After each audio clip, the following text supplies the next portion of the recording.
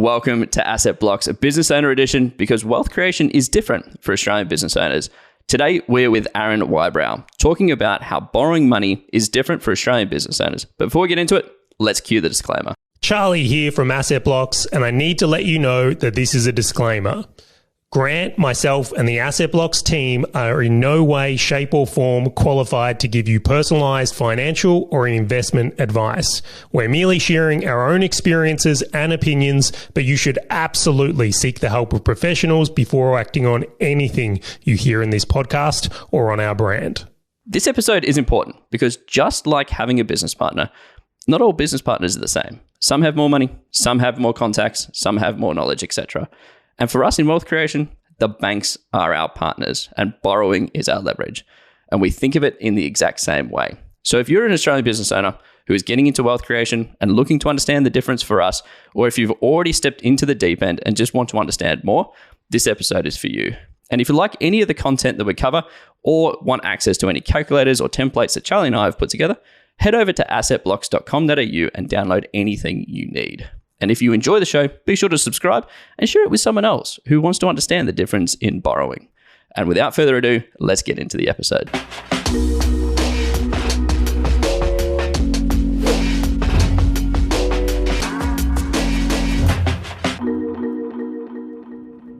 All right, Aaron is our funding specialist. He's actually done most of my mortgages and I think most of yours as well, Charley. So Aaron's done all of mine several times by now. Just repetitively over and over again. Aaron, in 30 seconds, tell us a little bit about yourself and a little bit about your background. So I'm Aaron. I'm a business owner, not unlike you guys and our listeners. And I have a passion for wealth creation for business owners. And I've faced the same challenges that a lot of people have faced in the marketplace to get lending. And the funny thing is I'm in the industry of lending. So I care. And I have a background as an intensive care nurse. And there's a lot of complexities that come with that, with equipment and people, and you want to direct the patient into the right direction and get them out of there. And that's not unlike a business owner where they're focused on their business and they want to create wealth and they just need to get the complexity put into a simple story to get their loan approval. I love that. How many loans have you done for? I'm going to split it down the middle, right? And it might not be down the middle. It could be 20%. So how many loans have you kind of done for business owners, or how many business owners do you kind of work with versus, I'm going to put this nice, like others, like employees and things like that, if you were to kind of split it, just so we understand the context? Yeah. So from a percentage, in my business firm, I'm the broker that does the main funding for the self-employed, or what you were saying before is that we at times have maybe a husband as self-employed and a wife as employed, and we have to combine it together. And that can add another dynamic of complexity there. But typically, probably about 70-80% of all my loans are either a combination of employee and self-employed, or just pure self-employed with multiple entities and other structures that need to come into there to be able to put them in the right direction. Fascinating. How do you see the difference between it, right? Like from my experience, and I know Charley's experience, it's fundamentally different as us as business owners going to get borrowing versus like employees going and get borrowing, right? But how is it different for business owners? Oh, well, you could put a word on it: documentation, and also time. So with if you had someone that's equivalent salary as a employed person, pick 100 grand, and you have 100 grand of a wage or income that's come to the self-employed person, what can happen is that we can just use two pay slips and away we go for an employed person. And if they get a pay rise, we can just use another pay slip and away we go. For a self-employed person, we may need to wait till their next tax return. And we also have to bring their businesses onto the table in the main of the lenders. So the person that's got the 100K employed and the 100K self-employed, if their business becomes the variable. So if their business has made a loss, that can come off their wage. So if it made a loss of 50 grand, now their income's dropped by 50 grand. But the alternative is very true as well. So if your business has made a 50 grand profit, you can now have this nice little non-person entity bolster and push your borrowing power through the roof. Yeah, I just want to jump in on this one. Let's break this down. So let's pretend we've got two people, right? We've got a employed person on $100,000 a year, and then we've got a business owner in the equivalent earnings. So 100 grand a year, their business is making a profit that they're taking from there. Are you suggesting that simply two payslips will enable that person who's employed to be able to get finance? And I don't know how long it takes to get two payslips, let's say a couple of weeks or months, versus if it's a business owner, it's 12 months. It's a full calendar tax year to bring that into line. Correct. And it's also people that start their business in January. It needs to be at times when we're trying to get the lower cost lending a full tax year. So when you're off the tax year and we're not strategically starting a business on the 1st of July for Australian business owners, and we start in January or something different, it can change the whole equation as well. And if time in business is also how you can borrow money. So there are some instances where we can get money from day one self-employed, but then there's more commonly we need at least that 6 to 18 months before we can even start to entertain a conversation. And then in the main 2 years of tax returns or 2 years of the ABN and the GST that we need to have registered to be able to open up the lending book to go forward. And that's where the employed person has that slight advantage on the documentation, where even if you are going to start a new job and you're on probation, there's lenders that take care of that. And even if you're not on probation, it's typically just a pay slip and the time in industry. Yeah, it's a massive one. And I love that point there as well. Is like, I never thought about the calendar year thing, right? So if you do start your business in January, it's like 18 months you've really got to be doing well to take that in consideration. So versus someone who is employed, that's a massive difference in when you might be able to get borrowing for investments or even your house in itself. I remember my own experience. It was like when I was employed, it's like, sure, come, take. And then that initial part of it, like, I don't want to say the banks were like spitting on me, but kind of. And so they really didn't want to even know what I was. It was like, I'll come back when you've actually done something. I was like, oh, knife to the guts. I was working really hard at that point. It's a really interesting thing when you do walk into a bank and you say you're self-employed and you say you're less than 2 years, they pretty well turn around and show you the door. Yep. But what I've found is the alternative can be paralleled, where if you're going to buy your first home and you're asking the bank how much deposit I need to buy it, they'll give you that information. What I'm finding is there's a gap related to self-employed, is that not only do you need to know what your target of deposit or equity or what we need to borrow, you need to know what where you need your income to be. So if you go into the branch, and poor old banks, we're picking on them at the moment, they are big enough. That's a common theme on this podcast, Aaron. That's fine. That's fine. I don't think there's too many banks listening to this. And you go in there and they say, come back in 2 years, and they show you the door. We have to do more than that.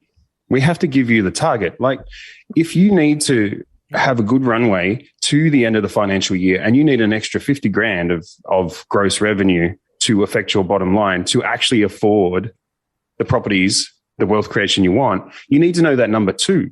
Because just as we see it with the first home buyer, we give them a target of 100 grand and we think it may take 6 months, 12 months for them to earn that. We find that they usually, by natural instinct of a person, we find that they do it quicker. And if we give the business owner the target of income and the target of the deposit, and I'm not trying to be non-compliant here, but if they've got enough runway to affect their own future, which is what business owners can do, it changes the whole persona. Instead of you going into the branch and getting kicked out the door and you come back in 2 years' time, they check your financials out. You've made a loss. You haven't paid yourself. You've invested in marketing. You've got a good rocketing business and you can see it changing. They still are going to show you the door again. And then that's where we get frustrated and we turn around and go, you told us that you can come back in 2 years' time. and now you're telling us I can't even borrow, and I've done exactly what you said. So we've got to do more. And as a broker, we've got to do more for our business owner colleagues that are out there trying to build wealth. So you've spoken about already the idea of like I'm going to say the disadvantage of being a business owner is you've got to have longer, more in-depth documentation to get a loan over the board in this case, whether it's for your own home or for an investment. Borrowing, you really got to take into account those calendar years to make it work, or financial years, really, not even calendar years. It's the end of financial year calendar.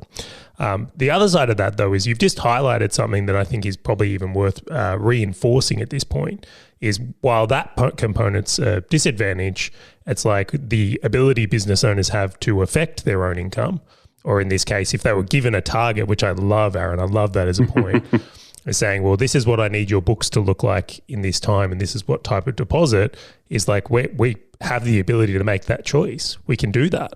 We can maneuver those things. So potentially being able to maybe borrow more or run a business in a way to support the borrowing we want to be able to get. That's right, and there's a lot of business owners that I've given targets to, and they just smash it out of the water. It's a nature of a business owner, and something and even, in their wiring, right? It's in the wiring, right? You just painted an object, they'll get it. Which be and it's what I personally think as well. Like I might be in the mortgage industry, but I have the same documentation as every other business owner that I have to do, and even more compliant wise is I need to potentially even have a third party look at it as well before it gets approved. Now we have dove deep into a whole heap of documentation and time, and it's always like if you're a business owner, this is hard to go and get borrowing. But surely there are some pros that outweigh the cons, or maybe there's more cons that outweigh the pros in your eyes, Aaron. So, like, do you want to walk through a little bit about the pros and the cons for business owners borrowing? Yeah, well, I have to admit I get excited when I talk to a business owner, because obviously we have the ability to affect our own future, but we have access to other what a bank would call warehouse. They have a garage for this type of money that you need to provide your full 2 years of documentation. Then they have another, and this is the analogy, they have another garage that you have less requirements to provide them. Take the person that started their business in the 1st of January and they've got a full 12 months financials and they're 18 months in. There's a lender that we can use for that. That's a low rate area. But we also have these things where in the most common word is called low doc. And the most common low doc funding we find is within a business. You might have a trade industry business that needs a car, and they make a phone call to an asset finance broker, and they just provide their identification, a bit of a conversation, and voila, there's their car. That's like a low doc area. When you're looking at wealth creation around, say, property investment or buying your own home, it's a little bit more fancy word that the banks use. They call it alt doc. I like that. I like that a lot. The alt doc. Yeah, so it's not like you can just throw your driver's license in a conversation at someone to get a home loan, whereas that could be possible for a car. So this alt doc is where we can shorten the time period down. So we could take that person that started their property wealth journey and in an environment where you can get some advantage around rates and things like that, and maybe you pay a little bit more on the application fee. We could even shorten that time period down for a business owner to buy a property with 2 full 3-month quarters and their business activity statement. And we have lenders that can go into that detail and extract out what the profit and what they've paid themselves. And that allows us this big flexibility of going, okay, you might have the business owner, and I've had cases where they've been in business 2.5 years, but their full financial year is at a loss, but they've had such a recovery for 6 months. And this is where these products can come in to help accelerate and make advantages of what's in the market. So you have this ideal property on the table and you don't want to lose it, or you've got this opportunity to level up for your family and you don't want to lose it. So there's those goals and decisions that you need to make internal, but we, as business owners, we have access to alternative funding warehouses or garages, as I was saying. Okay, I want to make a clarifying point here. So can someone, in the example we're running through here, let's say someone's on $100,000 a year employed, so not a business owner, do they have access to these alt doc scenarios, or is this pretty much only the business owners? Only the business owners. All right, one for us. Come on. There's a pro. All right, second one I want to ask there is in deeper is like, this is something Grant and I have mentioned a lot in other episodes about just having someone who actually works with business owners. Now, I won't name and shame anyone on this podcast. Actually, we've already done the banks. I mean, we kind of have. I was going to say, like, what screw it. I take all that back. I'll just say my previous broker, it was apparent to me he didn't have much experience with business owners, and he would, I dare say, not even aware of this garage or alt lending thing. From your point of view, Aaron, if in the industry in general, is this something that most mortgage brokers know about, or even the people in the bank are aware of these alt doc loan availabilities or things that can be done to help business owners get lending? Or is this very specialized to a few? Like, what's your feel on the general mortgage broker? And do business owners need to be hunting for someone who works specifically with business owners? Well, I would take that back a little bit, because when we're trying to put approvals through for business owners, we've got to understand that the banks are geared up and made policies from their preconception of being employed themselves. There's so much lending out there, so many people that need lending, from what we're specifically talking about with business owners through to the employed person, through to the employed person that has the ability to have entities to draw passive income, or even getting more complex into their superannuation space, that mortgage brokers will specialize. I started out as a mortgage broker, and I did employ people, because you can see, as we've talked, it's easy. 2 payslips away we go, annualize a payslip. But as we get into the business owner area, banks don't usually annualize your profit and loss statement halfway through the year, but they do on your payslip. So does everyone know everything about lending? No. I have a passion behind business owners, so I've gone straight deep into that. And my journey was going through the self-managed super funds and into the complexities of how we can get the right lending for business owners, how we can put them in the right trajectory and the right targets. And even as recent as this week, I've had conversations with business owners, electrical companies, and others that are focused on what they're doing best, that when I've suggested that maybe we can utilize your last 6 months of uplift via your business activity statements, they just went, what's going on here? How can we do that? Is it going to cost me more? How much more is it going to cost? What's the actual dollar figure that it's going to turn into repayment wise? And this is the other thing, when we're looking at these funding lines, it's what's the repayment going to turn into, not necessarily what the interest rate is, because it's not the interest rate. It's actually what's coming out of your bank account that really, really matters. So when you're looking at mortgage brokers, we all tend to go to a specialty. And my niche is complex self-employed. And I love the space because we affect and make an impact.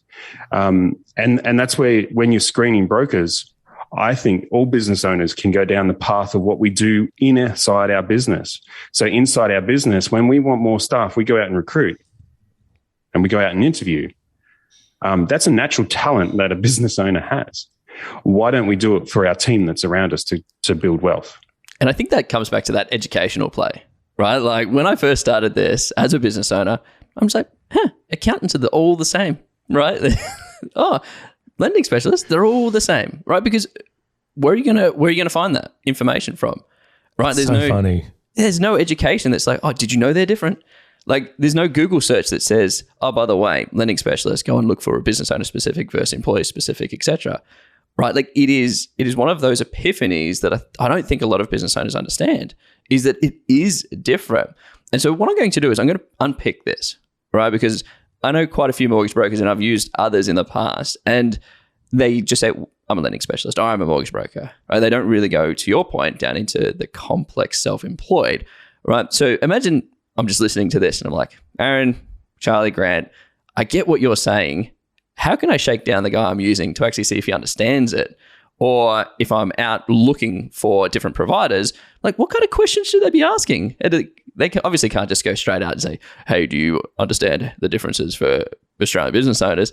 Like, how should they approach this in your experience, Aaron? Because you would have seen people who just specialize in employees versus business owners, right? So how can we differentiate that? Yeah, this is it probably touches on a few things too. Is that when we start approaching people, we are on heightened alert. We are trying to see where maybe the negotiation is going to. We're trying to get them to tell us a lot more about themselves before we give information about us. And that could be that ego thing, or it's just smart business. And I would go down the path of that natural talent. We're trying to recruit for a specific business position in our business. And I don't think our wealth creation team should be considered any different. And you go down, you're going to have to ask the questions. Like, it might be, have you worked with accountants and financial planners before? It might be really simple stuff. It might be, in my case, I get a lot of referred business. You might want to go, yeah, well, you've suggested to use Aaron. I don't know him from bar of soap. What's he done for you? So going back to the person referring the person on, and I see it as I'm actually actively recruiting for brokers in my own business. I'm going to have a look at what's their deals. What have they done deal-wise? What do their deals look like? So I can get a little bit more specific because I'm in the area. But we might start off with something small. I might refer them a small deal to start off with. It may not even be as a business owner, you might not want to give them your deal to start off with, but your son or daughter might need to buy their first house. Now, we just talked about the self-employed aspect and the PAYG. The son or daughter might just be an employee, and they just want to see how you interact to do something. And I've had that experience before. I've had a big family come to me for lending. We help the son or the daughter out, and then we have to restructure the 12 properties that they own. The 7 or 8 properties sitting in another entity. It can get complex where properties are sitting in a trading entity as well. And we're using words like entity today, which is just a business company. And it can be that step by step. But my word of warning for any business owner looking for a lending specialist is don't skimp on giving the information to the lending specialist that they need to get your loan across the line. And also don't think that you have to give them your whole portfolio to start off with either. You need to give them all the information to be able to get your loan approved with what you're testing them with, if you're going to go down that path, so they can get that done before you maybe want to open them up to do all the other lending that you have. It's such a good point, Aaron. Like, I don't think any business owner, I'm just laughing at our own internal bias. Do you know a single business owner that would be like, hey, all staff are the same? Like, when you're hiring, it doesn't matter. Just hire anyone. It's fine, right? There's a whole industry devoted to like getting A players, right? We can clearly see this, but when it comes into these worlds, we want to pretend that it's all the same. Now, I picked up on a point earlier I would really like to look at here, and this may be an easy question or a hard question to answer. You've suggested in some of this alt lending, which I like that word a lot, I'm going to start using it. The point being is and the costs associated with it, in a general view, just a general view, is borrowing more expensive for business owners with the costs associated to these types of loans versus someone who is employed? Because this might actually be a disadvantage to business owners, and maybe we should be setting that expectation that lending can be more expensive. It depends on how we're going to average it. Okay, so if we pick on the loan documents that come to us, we're fully approved. We get our 30-year loan term in front of us. It's an alt doc loan. It's sitting at an interest rate that's a lot higher than what we think our standard lending is. It's got an application fee that's a lot higher than we thought it was going to be. But it says 30 years. What we find generally, and with the right lending specialist behind you, what we find is that the alt doc lending, or even really more alt doc, like lower documentation, down to even just providing an accountant's letter, which as a lending specialist is really cool because you get rid of all the complexities of a business and you just look at this accountant letter and it says they earn 300 grand. You just whack 300 grand in the calculator. So it can sometimes make my job a little easier. But we're only going to, most of the average home loans in Australia, we're looking at anywhere between that 2 and 4 year mark before they start restructuring. A new product comes out, a cashback from a lender, a promotion, something on the TV that attracts someone to investigate looking at what they want to do with their home loans. And it's the same with the alt doc lending, where there's got to be a reason we're putting them into it. So if we give an example, a client of mine, he's bought a lot of property off the plan. That strategy can be talked about at a later date, but it's all coming up to registration. So we actually have to act now to get the lending. We don't have all the tax returns on the table right now. So we have a valid reason to go down the path of a slightly higher cost lending. But are we going to stay in it for the whole 30 years? Are we going to look at our contracts and it says we're going to pay 3 times, 4 times the amount of the property that we're buying because we're going to stay in it for 30 years, but we're not. So what we're trying to do is not only just do the transaction to get them and secure the property and secure any of the capital growth and all that stuff that they've been able to get over the period of time, but we're also going to be working alongside their accountant and themselves to see where their tax returns are up to.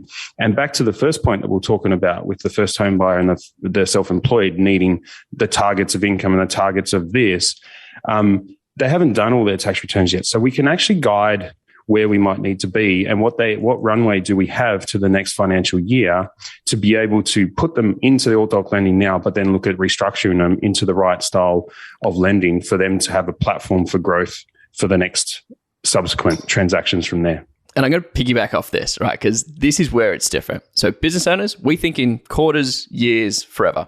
And I'm going to relate this back to employees, right? If we're starting out, the employee that gets us from 0 to, I don't know, maybe $100,000 revenue or $500,000 or $1 million are probably not the same employees or the same company structure that's going to get us the next step, right? And I really like this from a lending perspective as to how it's completely different because to your point, you might use an alt doc loan for 1 property or 3 properties or 5 properties today.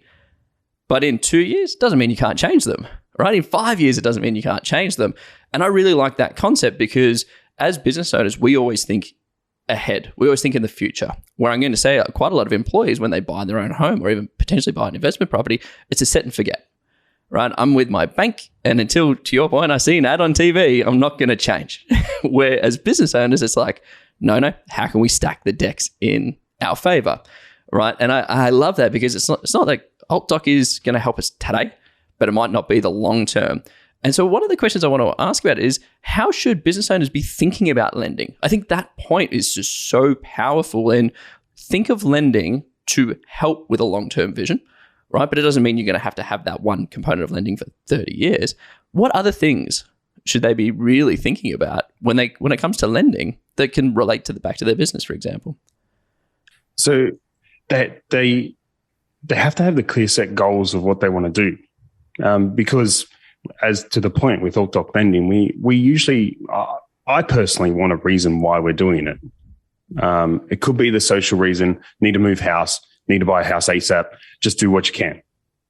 Or contractually, I need to do something. But to the point, what are they?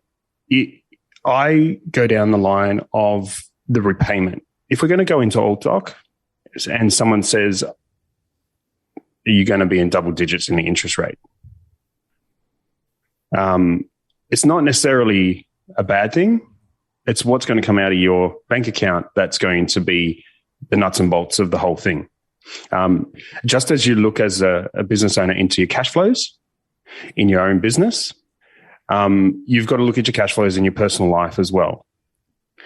And we've got to get away from 100% focus on the interest rate. I know the TV, as you said, throws the interest rate at it all the time. Good selling point, Aaron. It's a great attractive selling point for people to understand, though, isn't it? It's like good marketing, not necessarily great business.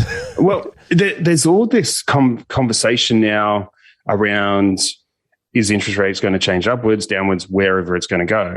And back in my day, it was like a bajillion % interest rate.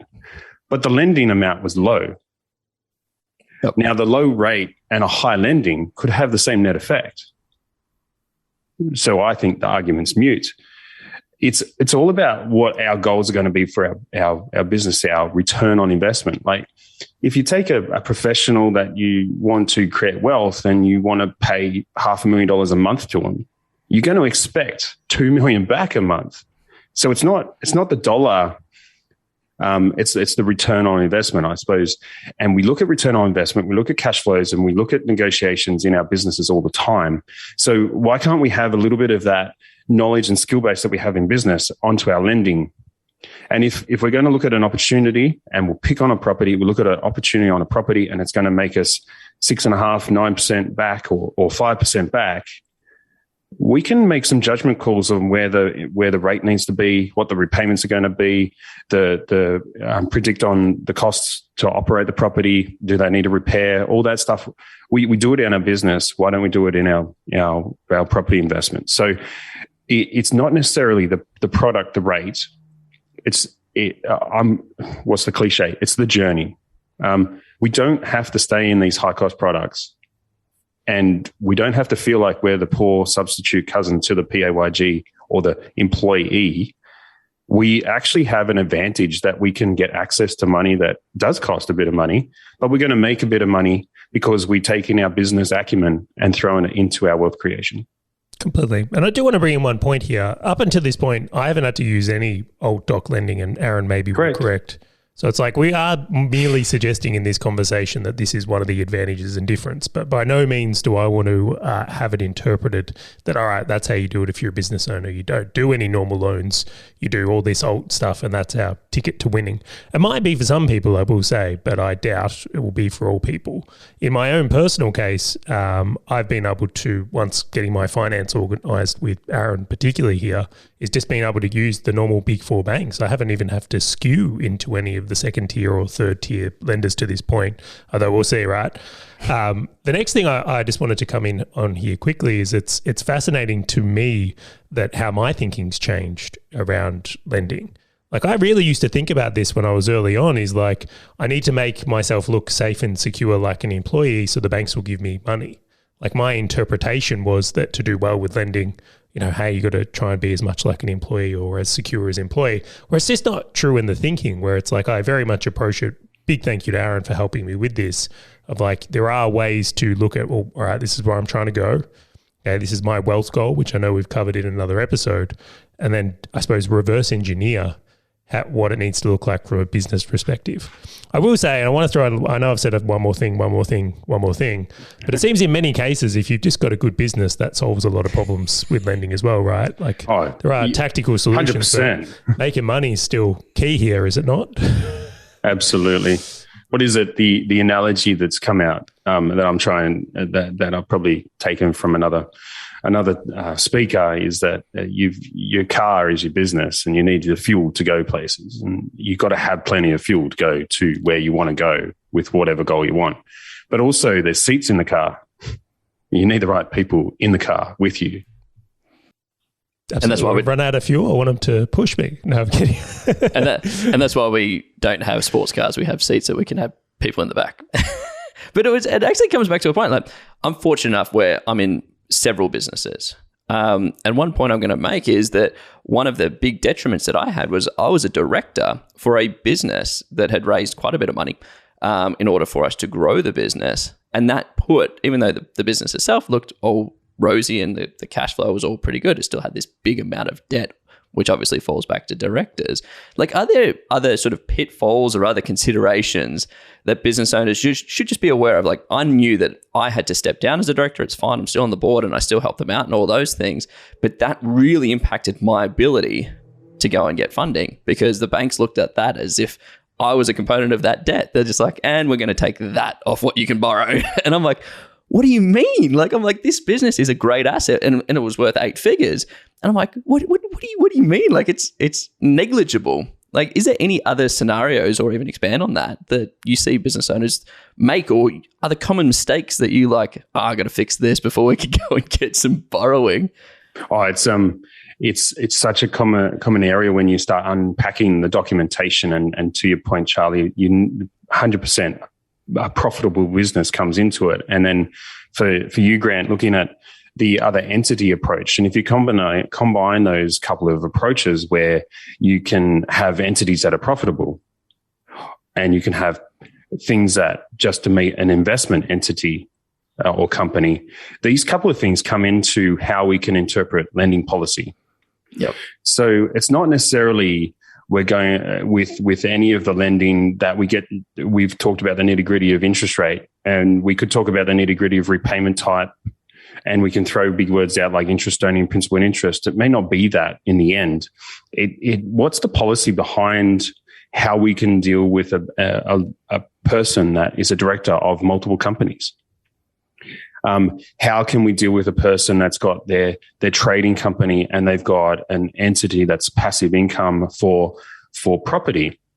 And this is where we can get into a concept that I had when I was a sales rep, where you can have the left pocket, right pocket. So we can do a full assessment on the left pocket and we can exclude the right pocket.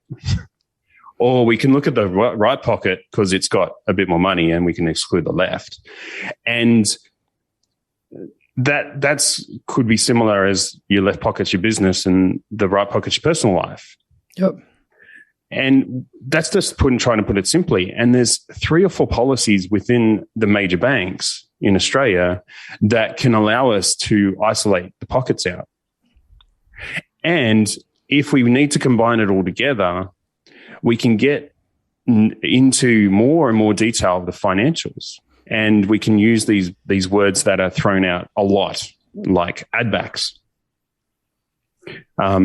We can throw out words like, instead of having a lot of buffers around person's rental income or their own personal income, we can then look at not having too many buffers or using other policies that allow us to extract more income out of the situation than less.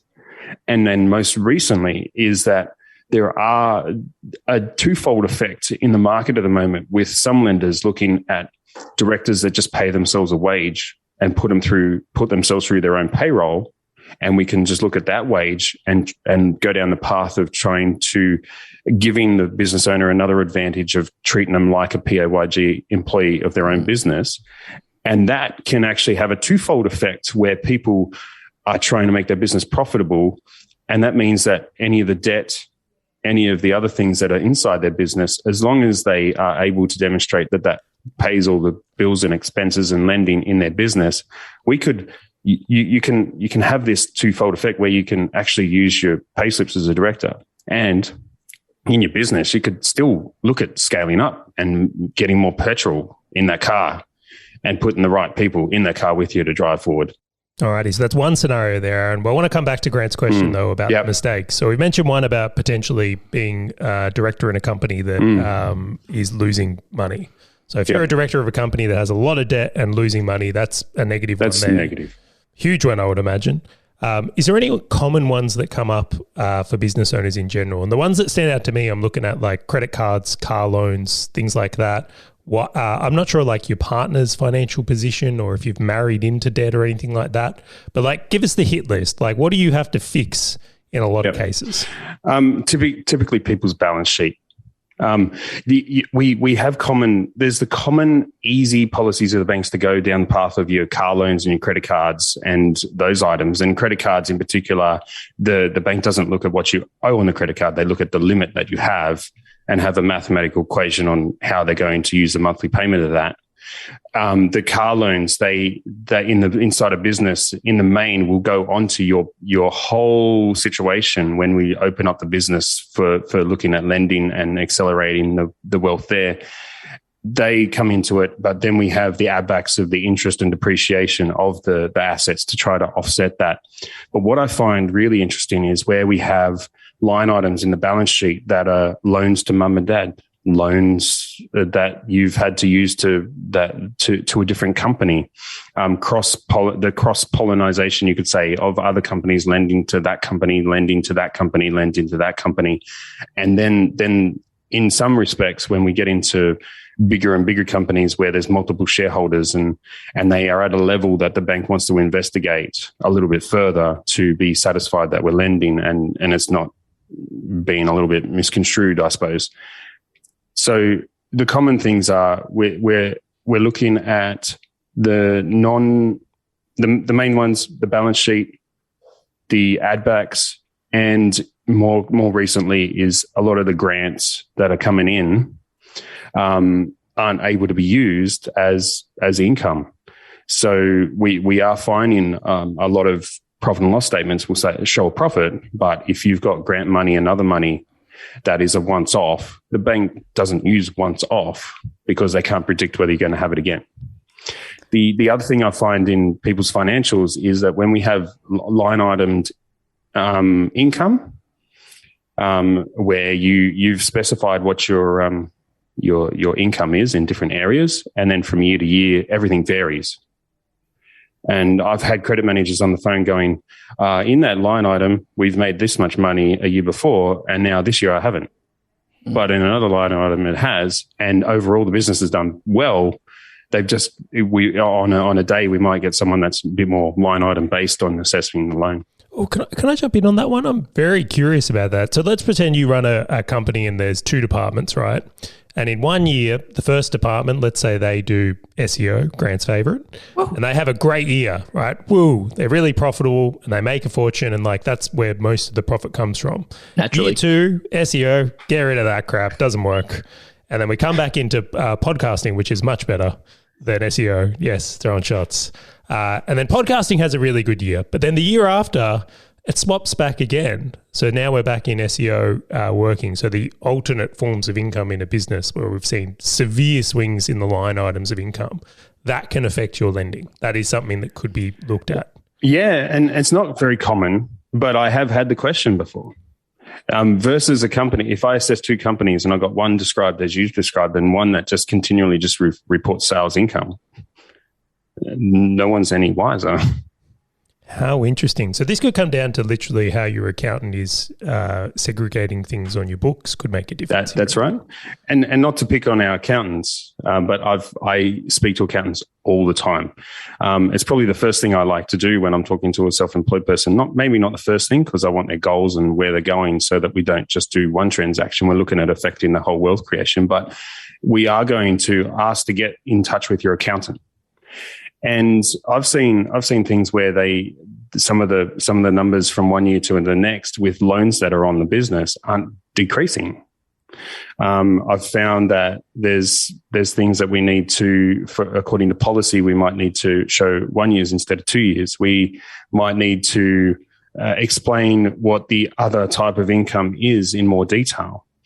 Just so that we can get a bit of a screening technique where I don't have to put a loan to a bank before I get an answer. I can go and try to get an answer before I package it up to the bank the right way. So I'm always talking to accountants. How can I explain this? Where's this up to? How have you done your cost of goods? Why is it slightly different from the financials that the accountant prepares? That's that nice, funky, nice little booklet that they give you versus the tax return that's a bit more squares and 1As and 1Bs that you see, and you go, oh, geez, I don't know what's going on here too much, but you can see that it sort of matches. What are the differences? And there's a lot of stuff that you just need to, it comes back to where I was saying, you have to bring the complexity into simplicity and you have to explain it effectively. Can I throw one more in on that? I'm interested in going deeper here, and there may be several. I seem to say, for whatever reason, throw one more in. Just one more. Just keep going and keep going. Yeah. Anyway, I'll work on that. In this example here with your accountant, I'm very fascinated by this, but let's look at this quite commonly, and I'll give the accountants a chance to defend themselves at some point. We are going to have Anthony, our accountant, on as well to discuss some of those things. Let's say you're a business owner, it's coming to tax time, and quite commonly things will come up like, what can we do to reduce your tax? Mm-hmm. People will do depreciate items, they buy cars, they may do loans in a certain way. Like they'll absolutely paint their books in a way that's like, sweet, I'm not paying any, going full Kerry Packer, no tax. Does that commonly bite people or come around to bite people in the arse, so to speak, when it comes to borrowing, where suddenly they've made their business look way less profitable, and in the scope of going on the wealth creation journey and potentially using borrowing to buy property, is that something where you've had to pull people up or have conversations, and does it affect borrowing here? Yeah, and I suppose to your point, I suppose when you get accountants on here, they can have a swipe at brokers too. Oh, they will. We're making people pay too much tax because we want more income. I was thinking about a tax minimization, which is obviously, as you've referenced, Kerry Packer and the famous interviews that are going around, that you don't want more tax because they can't do the right thing with it. I've sat in a client's house when I first became a broker. Went into this house and they've got a pool and they've got a $700,000 mortgage. And they give me their tax returns, and I've got $28,000 of personal income each. And if we do the numbers quickly on that, like there's a $38,000 that has to go to the mortgage. I checked their income tax return. It had private health insurance as well, which is another few grand a year. And they've got a couple of kids. And I'm not sure how the personal income of like 52, the mass is going out of my head, $56,000 a year is going to cover everything that they're using, and with a couple of nice cars at the front and things like that. So tax minimization can be really good to not pay tax, but is it really the right way to think about when we're going down the wealth creation? And if we're earning money and paying tax, it means that we're going in the right direction. Mm-hmm.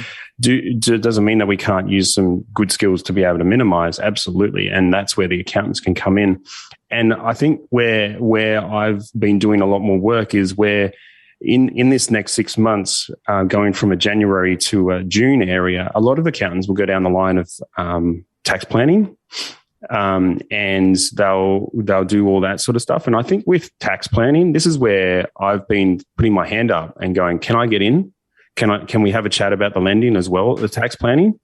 Because with the age-old principle of a car, we go down the path of a car for tax planning methods because we can depreciate it quickly or slowly. If they've already got a good car that's still doing the job, is that a worthy expense? And is it a worthy expense if we want to go and borrow the money for the car just to avoid tax? So it comes back to the goal. What are we trying to do, Mr. Business Owner? Are we wanting to minimize tax via lending on cars and that stereotype? Or are we trying to let's go down the path, and I'll put it out there that maybe you need to take a hit and pay the tax for a couple of good years as a business owner just to be able to leapfrog yourself forward? Throwing knives in, Aaron. It's exactly how I feel. I've made massive donations to this government in the last few years to get borrowing. Yeah, well, and the benefits will come. This is the thing. Like, yeah, totally worth it. Like I talk to other clients that are multi property stuff, and some of them are under government schemes, and some of it is not. And you talk to them about how their tax goes, and they can draw the wage that is considered potentially ridiculous out of the business, but their portfolio supports it in a way that helps minimize tax in a way that is professional and an upsmart person of the community contributing their fair share under a system that allows them to do what they need to do to build their wealth. Isn't that interesting, right? And I'm gonna switch tack now, and I'm gonna ask you some personal questions about this, right? Because we're talking about stories that Charley and I have obviously been through and that you've seen with your clients. So I'm going to ask you a couple of opinion questions on this, Aaron. I want to get your thoughts on some of these, right? So here we go. Do you actually think that business owners should own their own house, or do you think they should just focus in on investment properties and use them as wealth creation? I have to try. Wait. There's no, it depends. There's no boundary. This is like, have to pick. And this is an Aaron opinion. This is not you representing what anyone should do. This is just you. So I want to ask one question then before I answer the question.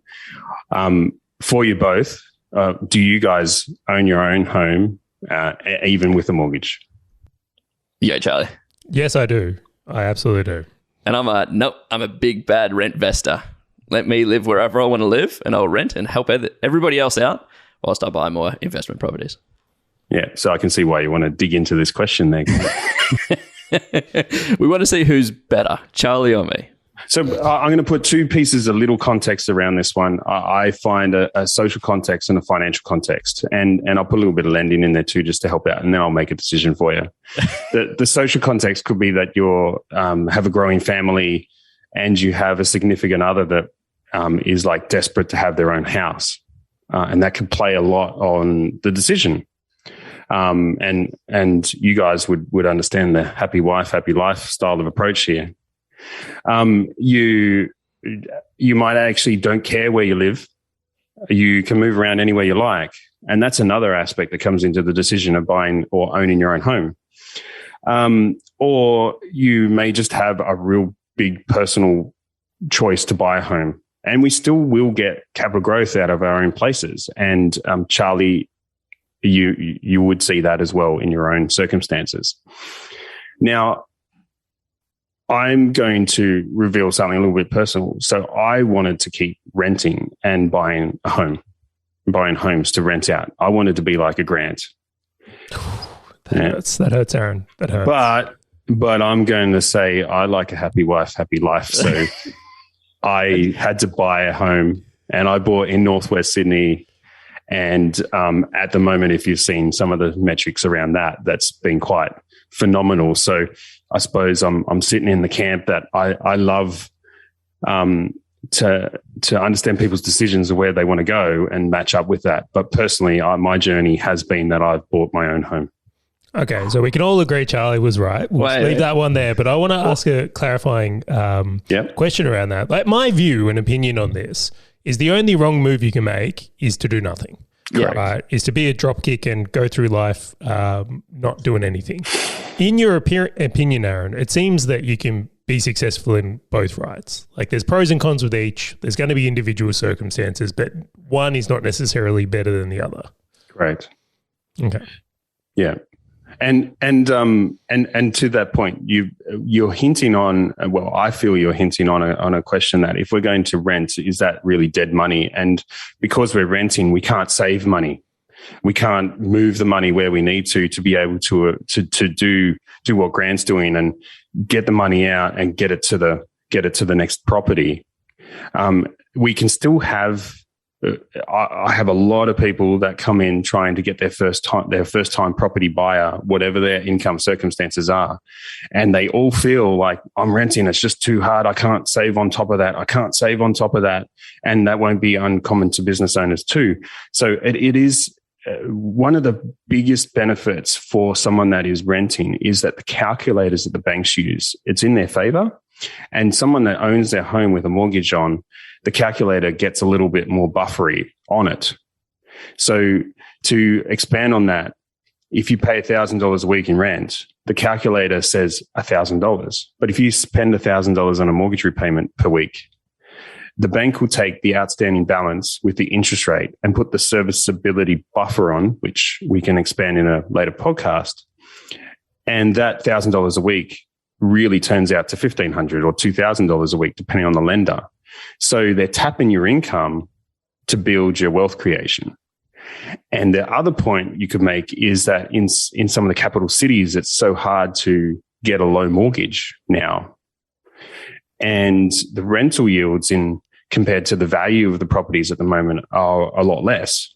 Yep. So there's a lot of case to make to live where you want and invest where you can make the money.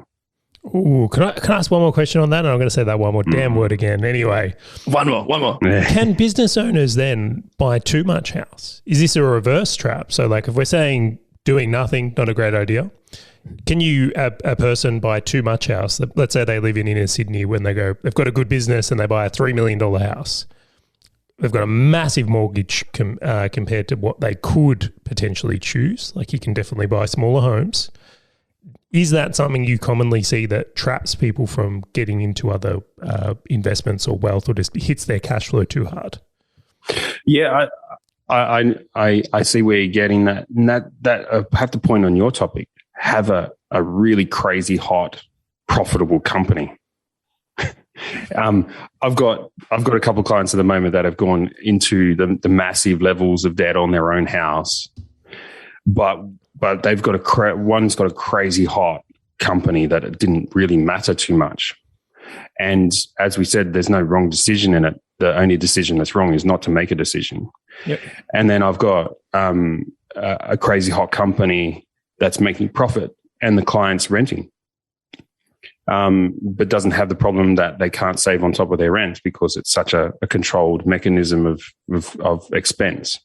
So, yeah, I think, can you get too much debt? I don't think so. I think it comes down to what's your goal.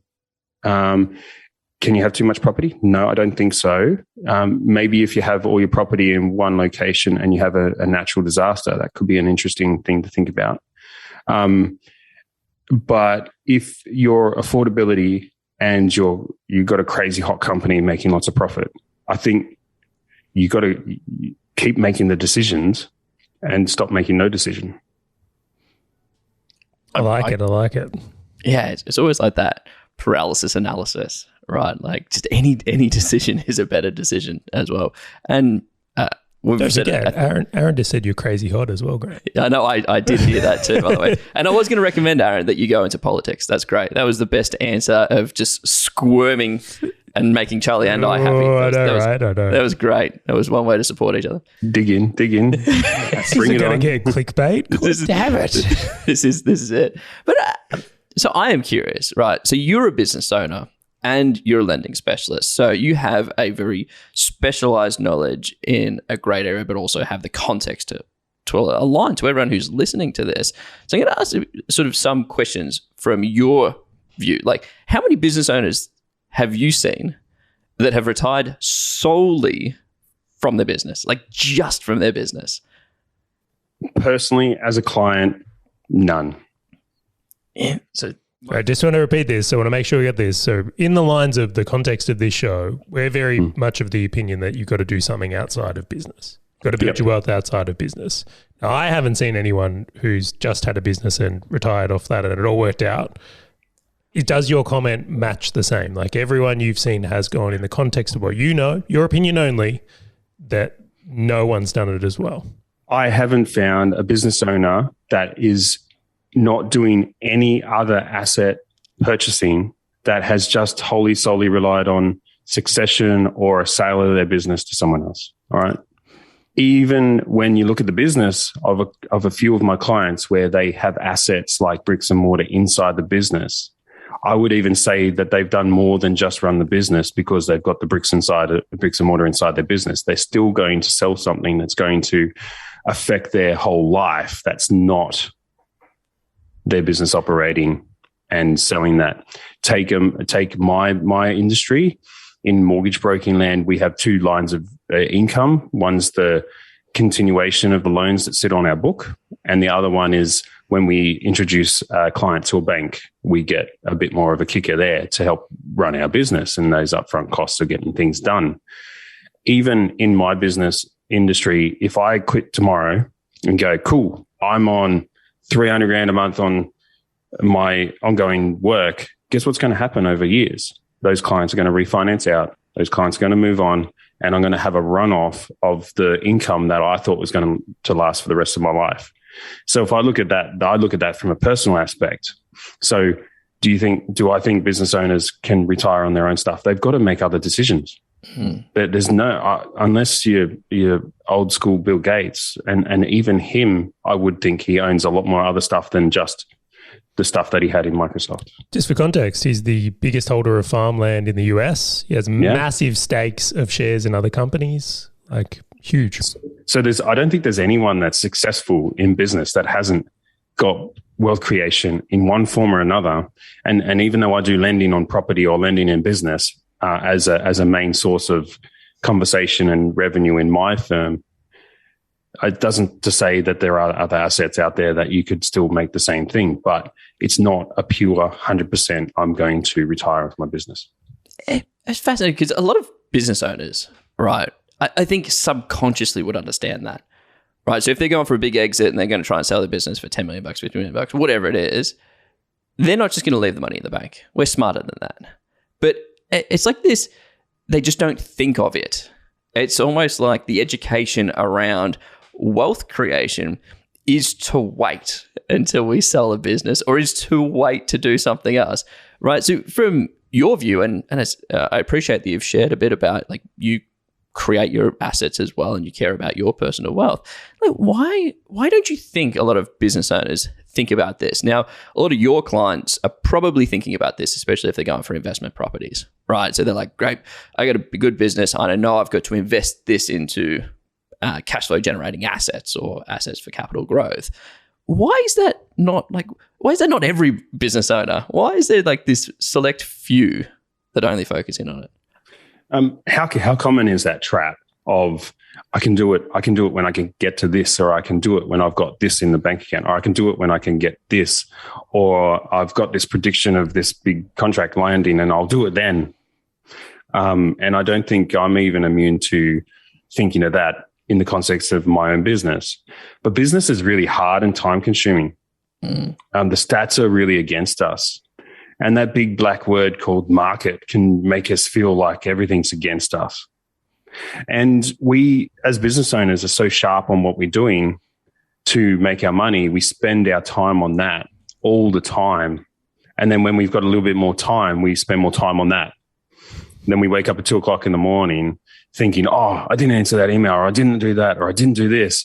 So everything feels like we're against us. But I think what we need to do is we need to rebalance, and we need to think that our business is going to provide us the money that we're living on and the money that's going to generate. But we also need to think, okay, what's going to happen after that?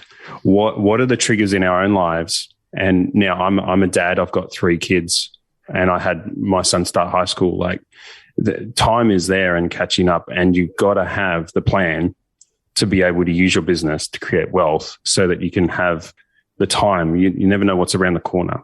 Yeah. It's one of those fascinating things. It's like the Matrix. When you become aware, you now go, it's so obvious now. And everything tastes like chicken. That's exactly right. And that's exactly why asset blocks floats around. So final question I'm going to ask before we'll let you get back to doing what you do in your day. So imagine that you had to start all over as a business owner, right? How would you start your wealth creation for you personally, right? There's no right or wrong answer to this. Like, imagine that you just had nothing, you had no assets, you had your business running. Like, how would you start? Well, the thing is, it's taken years for me to get the right team around me, the right people that I trust, and the right people that I want to have my business open to help influence and advise the decisions that I make.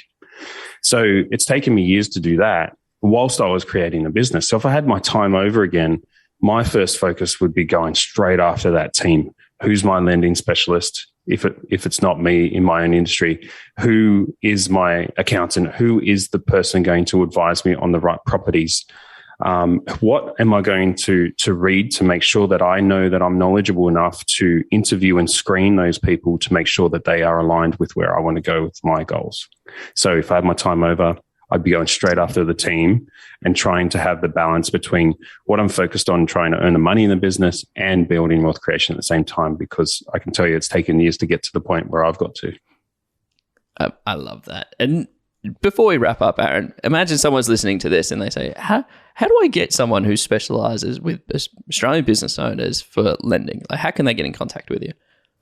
Yeah, so the best way to get in contact with me would be going over to my website, and that's just dandf.com.au, or giving my office a call on 0291 884488. So that's dandf.com.au. I love that.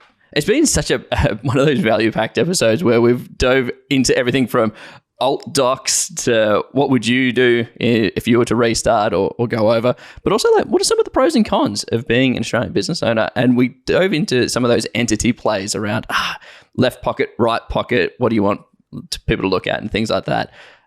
But so if anyone's listening to this and they do want to get access to anything that we've covered, but also some calculators and templates that Charley and I put together, head over to assetblocks.com.au, click free resources and get access to any of those tools.